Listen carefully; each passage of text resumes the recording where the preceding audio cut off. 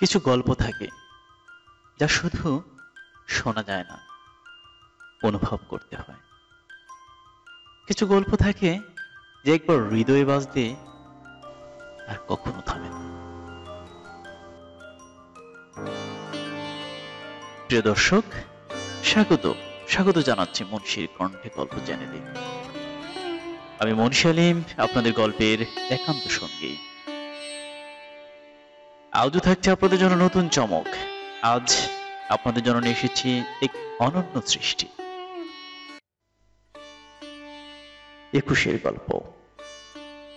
জহির রায়হানের সেই কালজয়ী সৃষ্টি যা বারবার আমাদের চমকে দেয়, যা বারবার গল্প প্রেমিকদের মধ্যে নতুন করে আলোড়ন সৃষ্টি করে। সেই ঐতিহাসিক, সেই কালজয়ী গল্প ২১-এর গল্প। শুরু হচ্ছে গল্পটি। তপুকে আবার ফিরে পাবো একথা ভুলেও ভাবিনি কোনোদিন। তবু সে আবার ফিরে এসেছে আমাদের মাঝে। ভাবতে অবাক লাগে, 4 বছর আগে যাকে হাইকোর্টের মোড়ে শেষবারের মতো দেখেছিলাম, যাকে জীবনে আর দেখবো বলে স্বপ্নেও কল্পনা করিনি, সেই তবু ফিরে এসেছে। ও ফিরে আসার পর থেকে আমার সবাই যেন কেমন একটু উদ্বিগ্ন হয়ে পড়েছে। রাতে রাতে ভালো ঘুম হয় না, যদিও একটু আধটু তন্দ্রা আসে, তবু অন্ধকারে হঠাৎ ওর দিকে চোখ পড়লে গা হাত পা শিউরে ওঠে, ভয়ে জড়সড় হয়ে যায়। লেপের নিচে দেহটা কেমন ঠুকঠুক ঠুকঠুক ঠুকঠুক করে কাঁপে।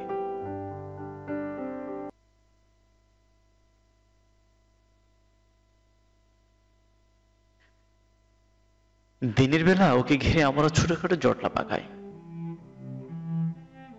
খবর পেয়ে অনেকেই দেখতে আসে ওকে। অবাক হয়ে ওর দিকে তাকিয়ে থাকে ওরা। আমরা যে অবাক হই না তা নয়, আমাদের চোখে বিস্ময় জাগে। 2 বছর ও আমাদের সাথেই ছিল। ওর শ্বাস প্রশ্বাসের খবর আমরা রাখতাম। সত্যি কি অবাক কাণ্ড দেখো তো। কে বলবে যে এ আমাদেরই তপু? ওকে চেনাই যায় না।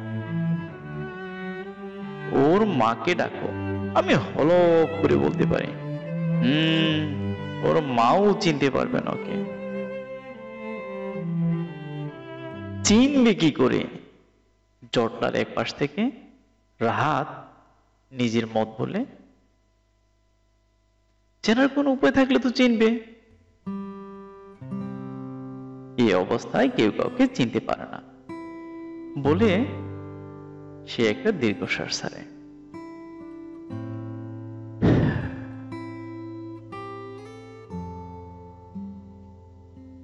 আমরাও কেমন যেন আত্মনা হয়ে পড়ি ক্ষণিকের জন্য। অনেক কষ্টে ঠিকানা জোগাড় করে কাল সকালে রাহাতকে পাঠিয়েছিলাম তপুর মা আর বউকে খবর দেবার জন্য। সারাদিন এখানে সেখানে পই পই করে ঘুরে বিকেলে যখন রাহাত ফিরে এসে খবর দিল, ওদের কাউকে আর পাওয়া যায়নি। তখন বিষয়টা আসলে রীতিমতো ভাবনায় পড়লাম। এখন কি করা যায় বলতো? ওদের একজন কেউ পাওয়া গেল না। আমি চোখ তুলে তাকালাম রাহাতের দিকে। বিছানার উপর ধপাস করে বসে রাহাত বলল, ওর মা মারা গেছে। মারা গেছে? আহা, সেবার এখানে ঘোরাঘুরি দিয়ে কি কান্নাটি না তবুর জন্য কেঁদেছিলেন। ওর কান্না দেখে আমার নিজের চোখের পানি এসে গিয়েছিল।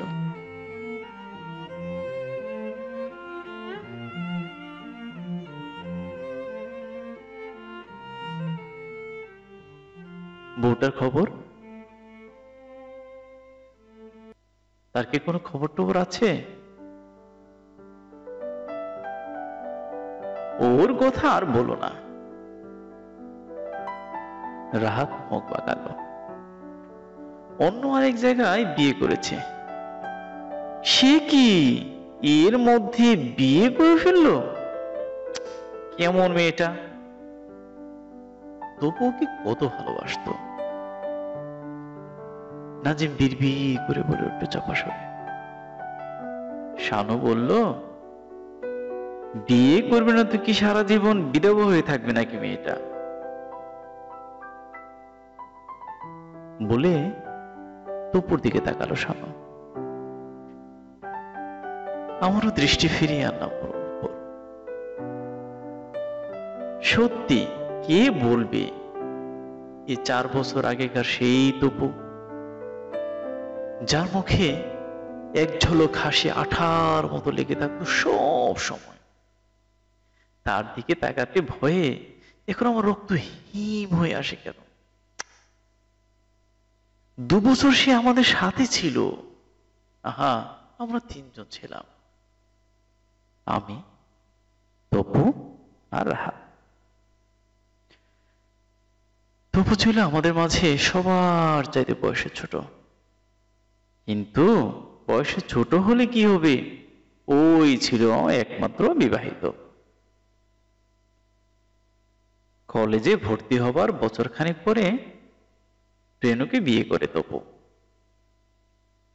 সম্পর্কে মেয়েটা আত্মীয় হতো। দুহারা গরম, ছিপছিপে কোটি, আপেল রঙের মেয়েটা প্রায় ওর সাথে দেখা করতে আসতো এখানে। ও এলে আমার চাঁদা তুলে চার মিষ্টি এনে খেতাম আর গল্প গুজবে মেতে উঠতাম রীতিমতো। তো বুঝিল গল্পের রাজা, একেবারে যেমন হাসতে পারত ছেলেটা, তেমনি গল্প করার ব্যাপারে ছিল একেবারে ওস্তাদ।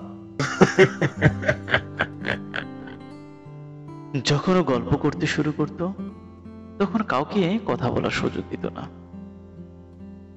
সেই যে লোকটার কথা তোমাদের বলেছিলাম না, ওই যে সেদিন সেই হুৎকা মোটা লোকটা, ক্যাপিটালি যার সাথে আলাপ হয়েছিল, ওই যে, হ্যাঁ হ্যাঁ হ্যাঁ ঠিক ওই যে লোকটা বলেছিল সে বার্নার্স হবে, পরশুরাতে মারা গেছে। কিভাবে জানো? একটা ছেকড়া গাড়ির তলায় পড়ে। আর সেই মেয়েটা যে ওকে বিয়ে করবে বলে কথা দিয়েছিল, ও মারা যাবার পরের দিন এক বিলেতি সাহেবের সাথে পালিয়ে গেছে। রুনি মেয়েটার খবর জানতো। সে কি, রুনিকে চিনতে পারছো না? শহরের সেরা নাচিয়েছিল, আজকাল অবশ্য রাজনীতি করছে। সেদিন দেখা হলো রাস্তায়। আগে তো পাট কাটি ছিল, এখন বেশ মোটা সোটা হয়েছে। দেখা হতে রেস্তোরাঁয় নিয়ে খাওয়ালো। বিয়ে করেছে শুনে জিজ্ঞেস করলো, ইহে বউ দেখতে কেমন হয়েছে, এবার তুমি এসো। ওহ, কথা বলতে শুরু করলে যেন আর ফুরুতি চায় না। রাত থামিয়ে দিতে চেষ্টা করতো ওকে। রেনু বলতো,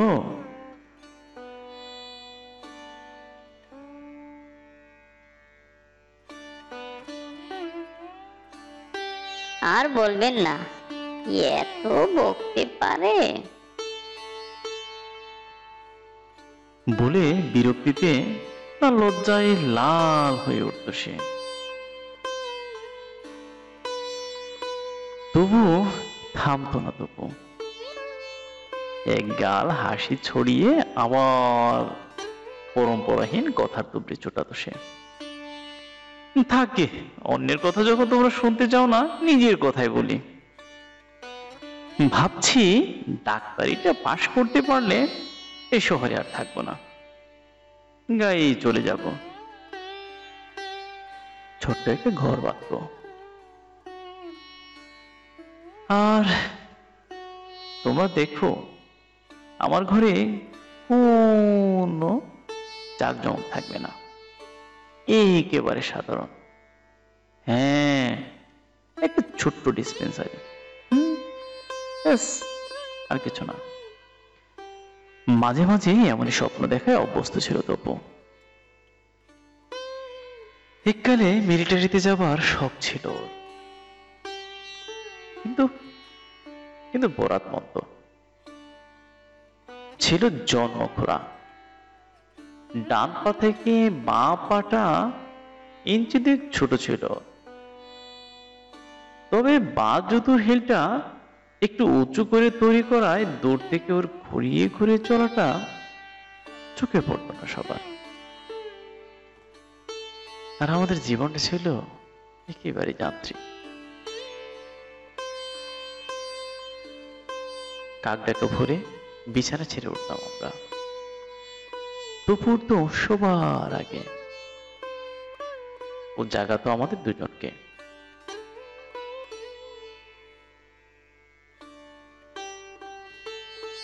ওঠো, ভোর হয়ে গেছে দেখছো না? অমর মোষের মতো ঘুমাচ্ছে কেন? ওঠো।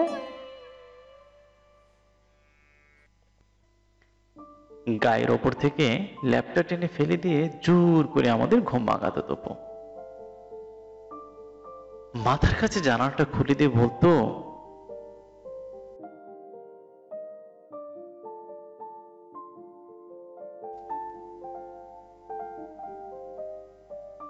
দেখ বাইরে কেমন মিষ্টি রোদ উঠেছে। আর ঘুমিও না, ওঠো।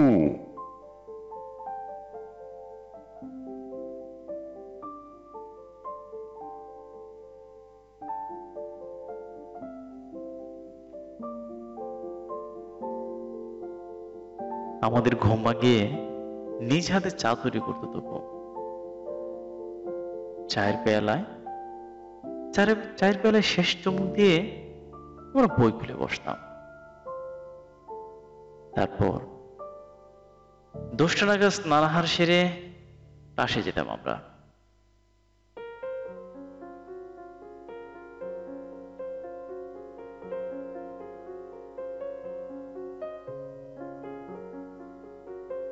বিকেলটা কাটতো বেশ আমোদ ফুর্তিতে।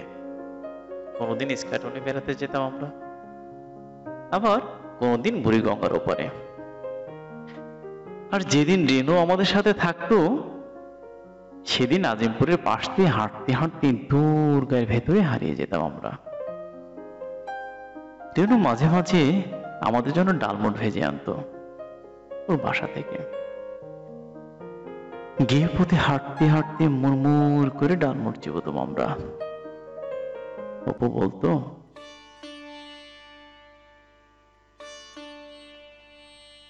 দেখো দেখো রাহাত, আমার মাঝে মাঝে কি মনে হয় জানো?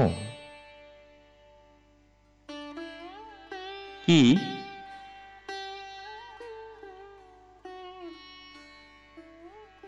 এই যে আঁকা বাঁকা লাল মাটির পথ, এ পথের যদি শেষ না হতো কোনোদিন, অনন্তকাল ধরে যদি এমনই চলতে পারতাম আমরা। এ কি, তুমি আবার কবি হলে কবে থেকে? ভ্রজরা কুস্তিয়া হঠাৎ প্রশ্ন করতো রাহাত।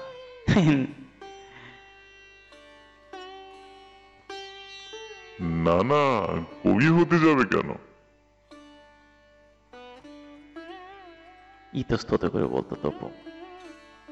তবু কেন যেন মনে হয় স্বপ্নালো চোখে স্বপ্ন নামতো তার। আমরা ছিলাম 3 জন,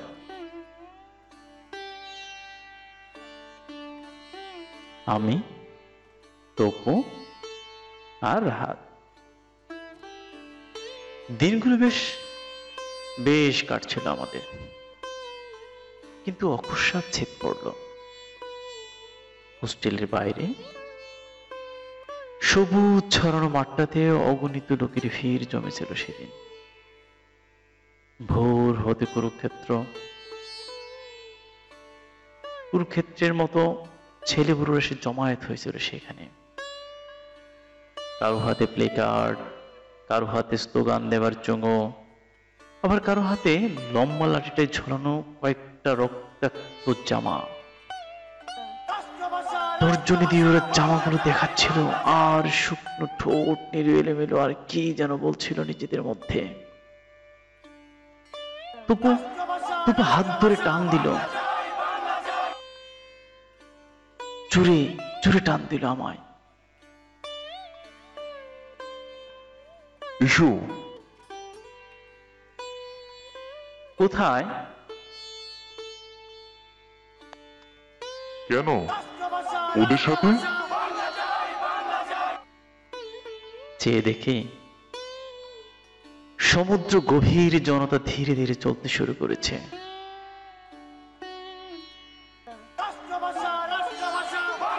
এসো, চলো। আমরা মিছিলে পা বাড়ালাম। একটু পরে পেছনে ফিরে দেখি রেনু হাঁপাতে হাঁপাতে আমাদের দিকে ছুটে আসছে। যা ভেবেছিলাম, দৌড়ে এসে তপুর হাত চেপে ধরলো রেনু। কোথায় যাচ্ছ তুমি? বাড়ি চলো। পাগল নাকি? তপু হাতটা ছাড়িয়ে নিল, তারপর বলল,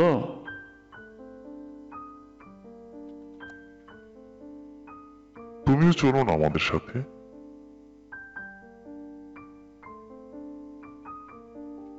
না, আমি যাব না।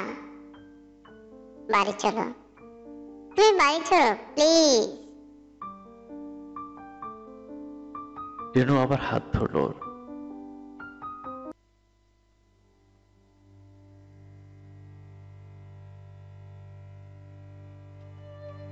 কি বাজে বকছেন?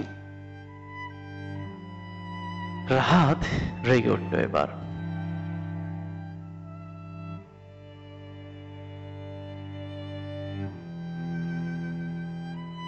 বাড়ি যেতে হয় আপনি যান, ও যাবে না।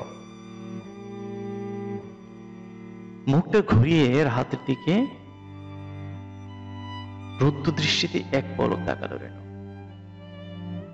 তারপর কাঁদো কাঁদো গলায় বলল, দোহাই তোমার, বাড়ি চলো। মা কাঁদছে। বললাম তো যেতে পারবো না, যাও। হাতটা আবার ছাড়িয়ে নিল তবু। রেনুর করুণ মুখের দিকে তাকে মায়া হলো। বললাম, কি ব্যাপার, আপনি এমন করছেন কেন? ভয়ের কিছু নেই, আপনি বাড়ি যান। কিছুক্ষণ ইতস্তত করে টলটল চোখ নিয়ে ফিরে গেল রেনু। মিছিলটা তখন মেডিকেলের গেট পেরিয়ে কার্জন হলের কাছাকাছি এসে গেছে। তিনজন আমরা পাশাপাশি হাঁটছিলাম। রাহাত স্লোগান দিচ্ছিল, আর তপুর হাতে ছিল একটি মস্ত প্লে কার্ড। তার উপর লাল কালিতে লেখা ছিল, রাষ্ট্রভাষা বাংলা চাই। মিছিলটা হাইকোর্টের মোড়ে পৌঁছাতে অকস্মাৎ আমাদের সামনের লোকগুলো চিৎকার করে চার চার মতো পালাতে লাগলো। ব্যাপার কি বুঝবার আগে দেখে পড়েছে আমাদের কপালের ঠিক মাঝখানটায় গোল একটা গর্ত, আর সে গর্ত দিয়ে নির্ঝরের মতো রক্ত ঝরছে তার। তপু তপু রাহাত আর্তনাদ করে উঠল। আমি তখন বিমুটির মতো দাঁড়িয়েছিলাম। দুজন মিলিটারি ছুটে এসে তপুর মৃতদেহটা তুলে নিয়ে গেল আমাদের সামনে থেকে। আমরা আমরা এতটুকু নড়লাম না, বাধা দিতে পারলাম না। দেহটা যেন বরফের মতো জমে গিয়েছিল। তারপর তারপর আমিও ফিরে আসতে আসতে চিৎকার করে উঠলাম,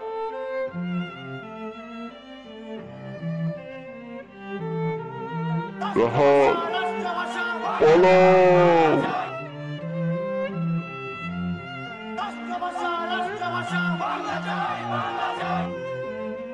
কোথায়? হতবাক হয়ে আমার দিকে তাকালো রাহাত। তারপর তারপর উভয়ে ঊর্ধ্বশ্বাসে দিলাম আমার ইউনিভার্সিটি থেকে দৌড়। সে রাতে দুপুর মা এসে গড়াগড়িতে কেঁদেছিল। এখানে রেনু এসেছিল, পলকহীন চোখ জোড়াতে অশ্রুর ফোয়ারা নেমেছিল, কিন্তু আমাদের দিকে একবারও তাকায়নি সে। একটা কথা আমাদের সাথে বলেনি রেনু।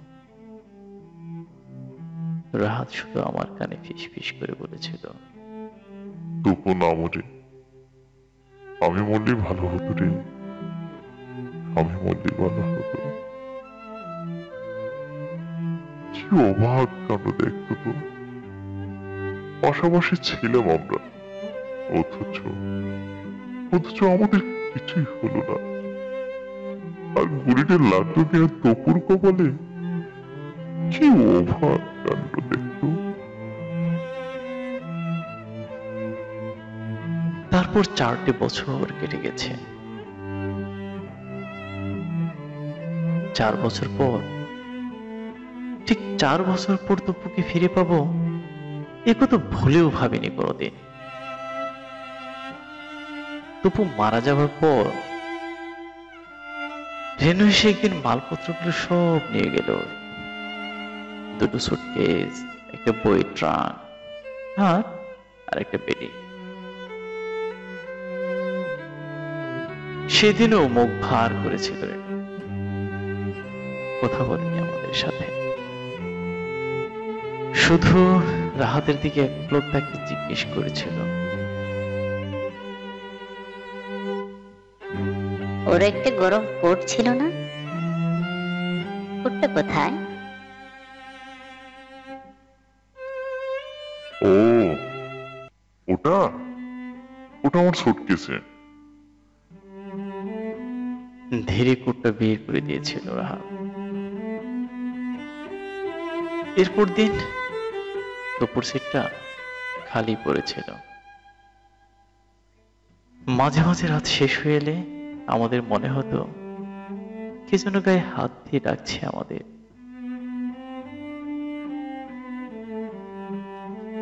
ওঠো, আর ঘুমিও না, ওঠো।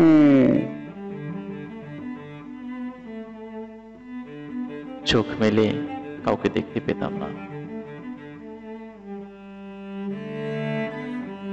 শুধু ওর শূন্য বিছানার দিকে তাকে মনটা ব্যথায় ভরে উঠত। তারপর একদিন তপুর সিটে নতুন ছেলে এলো একটা। সে ছেলেটা বছর 3 ছিল। তারপর এলো আরো একজন, আমাদের নতুন রুমমেট, বেশ হাসি খুশি, একেবারেই হাসি খুশি ভরা মন। সেদিন সকালে বিছানায় বসে অ্যানাটমির পাতা উল্টাচ্ছিল সে। তার চৌকির নিচে একটা ঝুড়িতে রাখা স্কেলিটনের স্কালটা বের করে দেখছিল আর বইয়ের সাথে মিলিয়ে পড়ছিল সে। তারপর এক সময় হঠাৎ রাহাতের দিকে তাকিয়ে জিজ্ঞেস করলো, রাহাত সাহেব, একটু দেখুন তো, আমার আমার ফালের কপালের মাঝখানটায় গর্ত কেন? কি বললি? চমকে উঠে উভয়ই তাকালাম ওর দিকে। রাহাত উঠে গিয়ে স্কালটা তুলে নিল হাতে। চোখে পড়ে সে দেখতে লাগলো অবাক হয়ে। হ্যাঁ,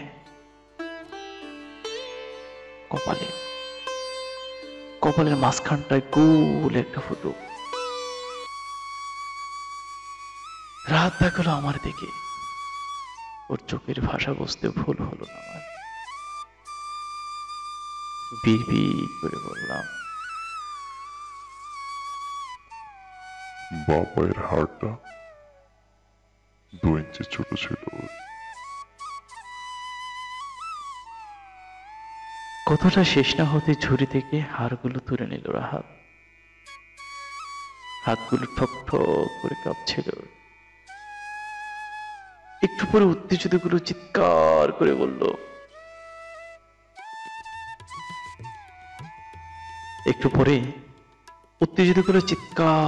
বলল, বাবাইয়ের টিবিএ ফেবুলাটা 2 ইঞ্চি ছোট। দেখো দেখো। উত্তেজনায় আমিও কাঁপছিলাম। ক্ষণকাল পরে স্কালটা 2 হাতে তুলে ধরে রাহাত বলল, টুকু, টুকু রে, আমাদের টুকু।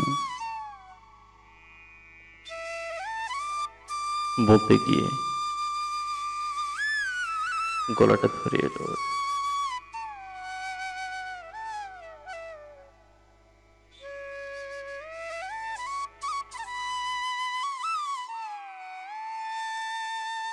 এত হৃদয়গ্রাহী, এত হৃদয় স্পর্শী।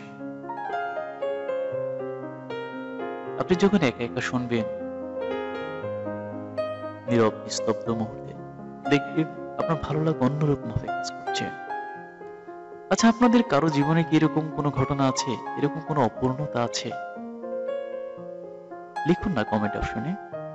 শুনতে চাই আপনাদের কথা, জানতে চাই আপনাদের কথা। সর্বোপরি গল্পটি কেমন লাগলো,